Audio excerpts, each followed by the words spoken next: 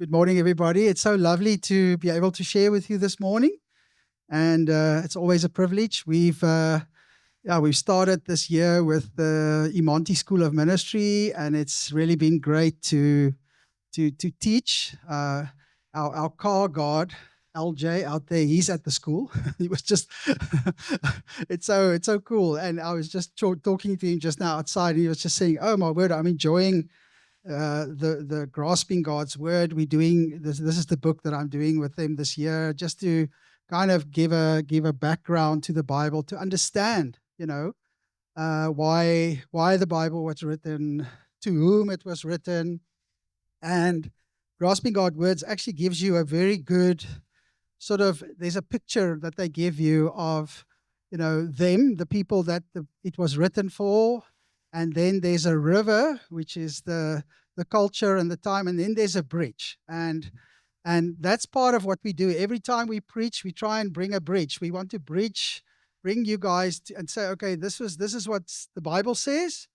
How do we now bring this to ourselves? And so it's been so good. And so this morning, I just want to share a bit from 1 Corinthians 14. I was just thinking about the gifts and what God is doing in the church. But when Paul went to Corinth was about 78 kilometers from Athens. So he went there and he stayed there for about a year and a half. Now Corinth was a very interesting city because it was a large commercial center with trade links all over the entire ancient world. And it was the home of the famous Isthmian Games. That's where the Olympic Games they had it every 2 years. But it was also known for the temple of Aphrodite. So we talk about an aphrodisiac. You all know that, and that was a prostitute, the Aphrodite temple. There were 1,000 prostitutes in this temple. So this is Corinth. I mean, Paul comes into the city and it's filled with all kinds of weird stuff. We know this one guy had a relationship with his mother-in-law, which is like, you kind of feel like people don't like their mother-in-laws, but he really liked her, and he got in trouble for it, So this is and we have to understand, like, Paul comes into Corinth, and it's a city that is like, it's a trade city. It's like going to New York. It's like going to a city that is just there are so many things that people believe. It's like, it's just such a wild. So this is where Paul went, and so he went there, and then he obviously met with Aquila and Priscilla. We have Priscilla with us, and they were tent makers. That was their trade. Paul was also a tent maker. I don't know if he worked for Campcraft or which tents he made, but he made tents, and it was lekker. He that's what he did, and it's amazing that Paul used the fact that he was making tents, that he was in a trade. He was connecting with people. And so never think of, oh my word, why am I at this place? I hate this work. I hate this job. I hate this place. Maybe you are making tents for a reason, because there's a Aquila and a Priscilla that you need to reach. And God used Paul and they even actually, when Paul left Corinth, they actually went with him. And obviously there was Crispus. It's got no relation to Simba Chips, but Crispus was the leader of the synagogue, and he believed in the Lord in verse 8. And this is Acts 18. If you want to have the background, but you can read that. But Crispus was the leader of the synagogue and believed in the Lord together with his entire family, and many of the Corinthians that heard what had happened believed in the Lord, and they were baptized. And one night the Lord spoke to Paul in a supernatural vision and said, "Don't ever be afraid. Speak the words that I give you, and don't be intimidated." What a good word. I mean, sometimes we need to hear that. Don't be afraid. Don't be afraid to speak the words that I'm going to give you, because I am with you, and no one will be able to hurt you. For there are many in the city whom I call my own. It's a scary thing that when you are intimidated, in a situation of intimidation, it feels like everybody's against you. Think about Elijah.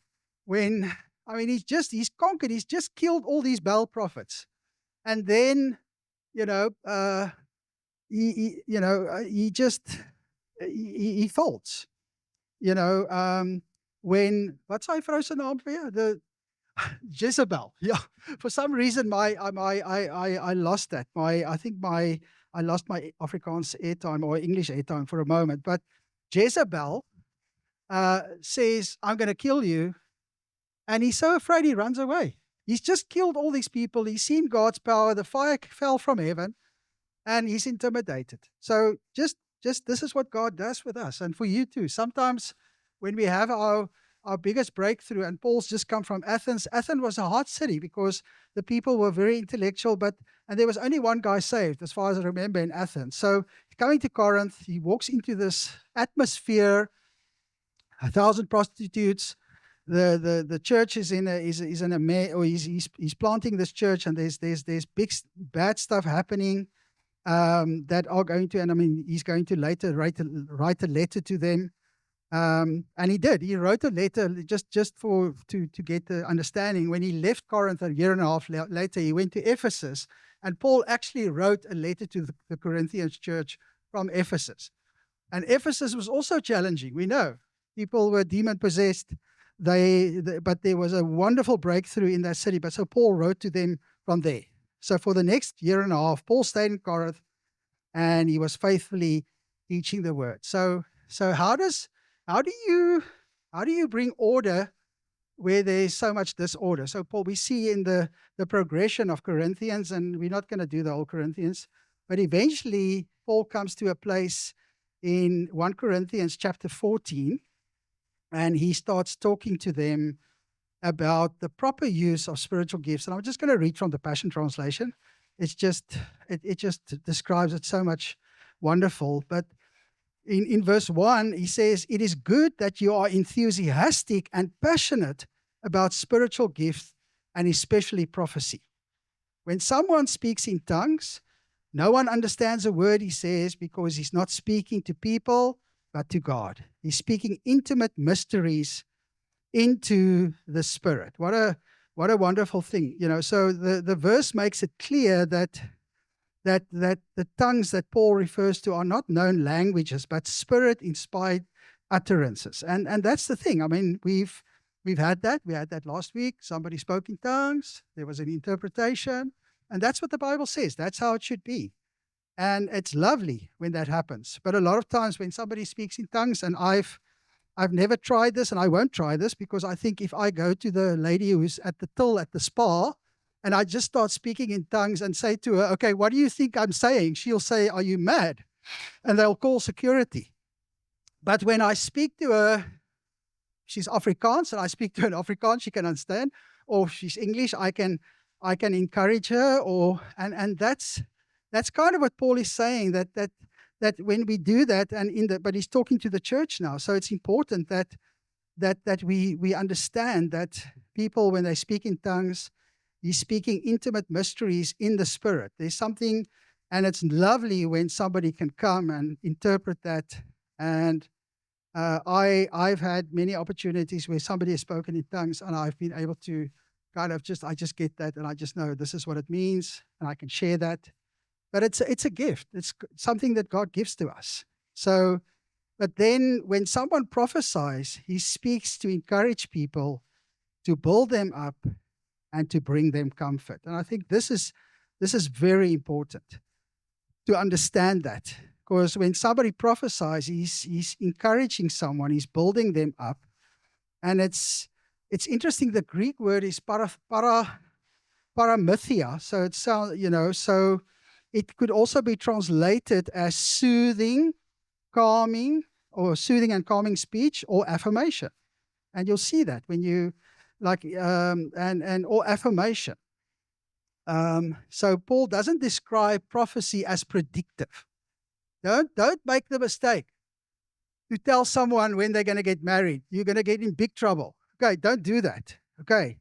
And don't say to people, "Thus saith the Lord." It's like the guy who jumped up in church and he said, "Thus saith the Lord of Moses and the ark." And he went on, and then he gave his word, then he sat down, and then later on he jumped up. He said, "Thus saith the Lord, I made a mistake.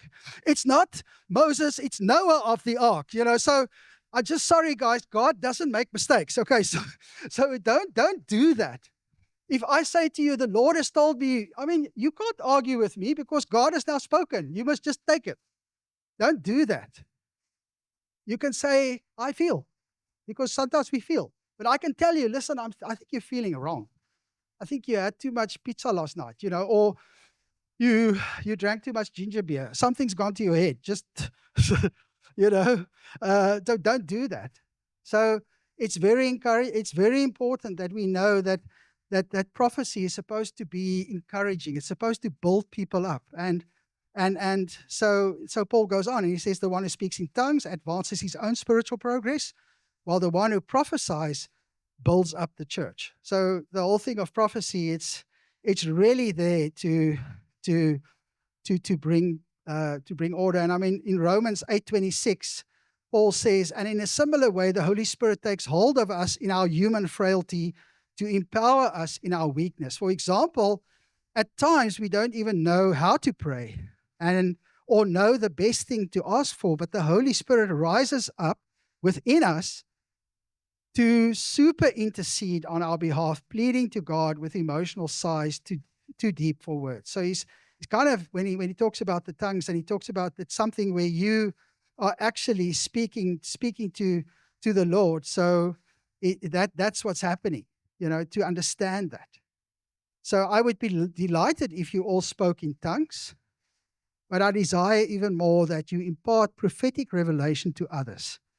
Greater gain comes through the one who prophesies than the one who speaks in tongues, unless there is interpretation, so that it builds up the entire church.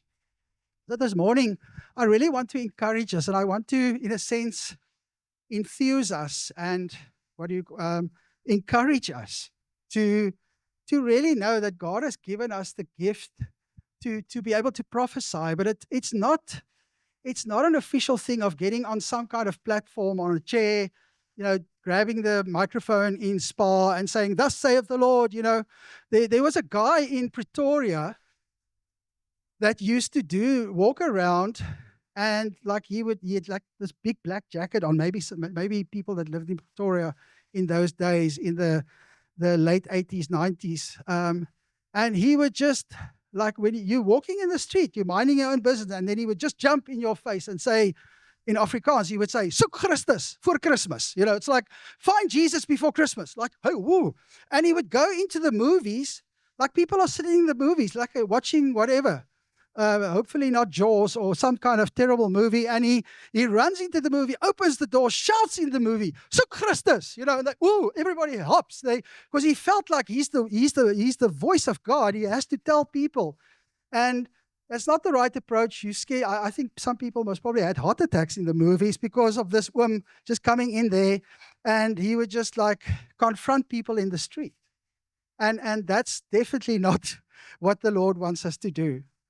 The reality is that there are people walking around all over us, all around us, that actually need you to be able to speak into their lives, to encourage them, to bring a word of encouragement. And it's so nice when you actually realize that God uses prophecy.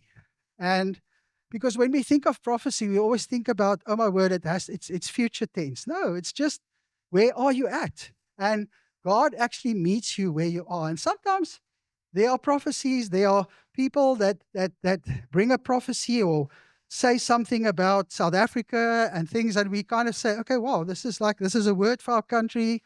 Sometimes we see those things fall in place. Sometimes they don't happen. And that's a different kind of thing. There are people that are prophets. But prophecy is actually a gift that God has given to the church. It's the office of a prophet. Yeah. So we have to understand that. So again, prophecy and encouraging one another is so part of what I believe in the church. So Paul was saying to the church, guys, it's wonderful, and to speak in tongues is wonderful. Paul says, "Man, I speak in tongues more than all of you, but I rather want to prophesy. I want to encourage people. I want to speak words into their lives that build them up." And I mean, I speak in tongues. I love speaking in tongues because I don't even know what I'm saying. And a lot of times I see things start happening around me, and I know that even if I didn't understand that, there was, I'm speaking these utterances, secret utterances to God that He understands, that He hears. And it builds me up. Whereas speaking in tongues, and there's a translate, or there's a uitleg, there's somebody can say, this is what it means, or this is what God is saying. And a lot of times, like a tongue would not necessarily be a word like a prophecy. It would just be an encouragement. Like, I'm in your midst. I'm here with you. And it's just the same thing. It's just encouragement. So, and then for us to understand that and to know that there are different ways to just encourage people. So it's just being aware, being assertive, saying, Lord, I want to be aware of this, because I want to give a word. I want to encourage the people around me. So it's very important that when we do this in the church, or wherever you do it outside the church, is to actually do it in a way that builds people up. And it's interesting that Paul, when he talks about the church, at the end of 1 Corinthians 14, he says, so what happens when you all come together? Everybody has something to bring. And that's the wonderful thing about church, is that there's everybody has something to share. I mean, I'm sharing now, but all of us have an opportunity by connecting with someone and to share that with someone.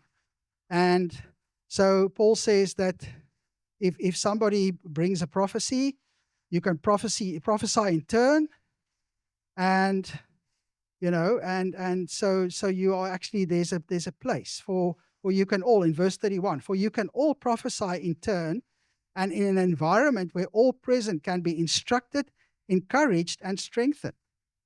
And then he says the spirit of the prophets are subject to the prophets. So it looks like, and I believe that a lot of times what we say, and especially in the church, that it has to be measured. We have to say, okay, what does this mean? And it's a good thing to ask people in the church and say, hey, this is the word that I got. Help me. What do you think about this?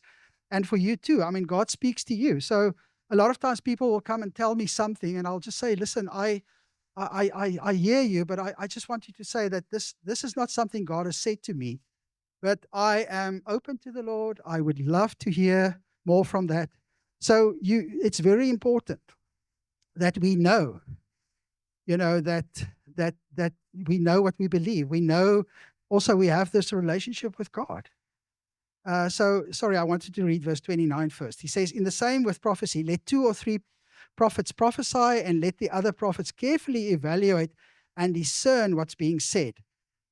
And then it's interesting in verse 30, he says, but if someone receives a revelation while someone else is still speaking, the one speaking should conclude and allow the one with a fresh revelation the opportunity to share it. It's very interesting that it seems like that in the church, that if somebody was sharing something and somebody would jump up and say, hey guys, God is just like, he's showing me this. And it's so wonderful because it's about relationship. So in a sense, to say, hey, well, I really believe, like the Lord is saying. Remember when Paul wanted to go on his first thing, then you had Miletus, I think he tied his hands and said, this is going to happen to you. It's like, that was a prophecy. That was like, and Paul did go to prison. So, but it's good in the church too, when God starts speaking and somebody would say, guys, I'm feeling the Lord is saying this. Somebody else would come and it just like adds on, and then somebody would come and there's a new revelation. It's so exciting because it's the body of Christ that is operating together. So, but what I want to encourage us, and what I have found so amazing in my life, is just to be aware of the people around us. Like when you go to the shop, just be aware.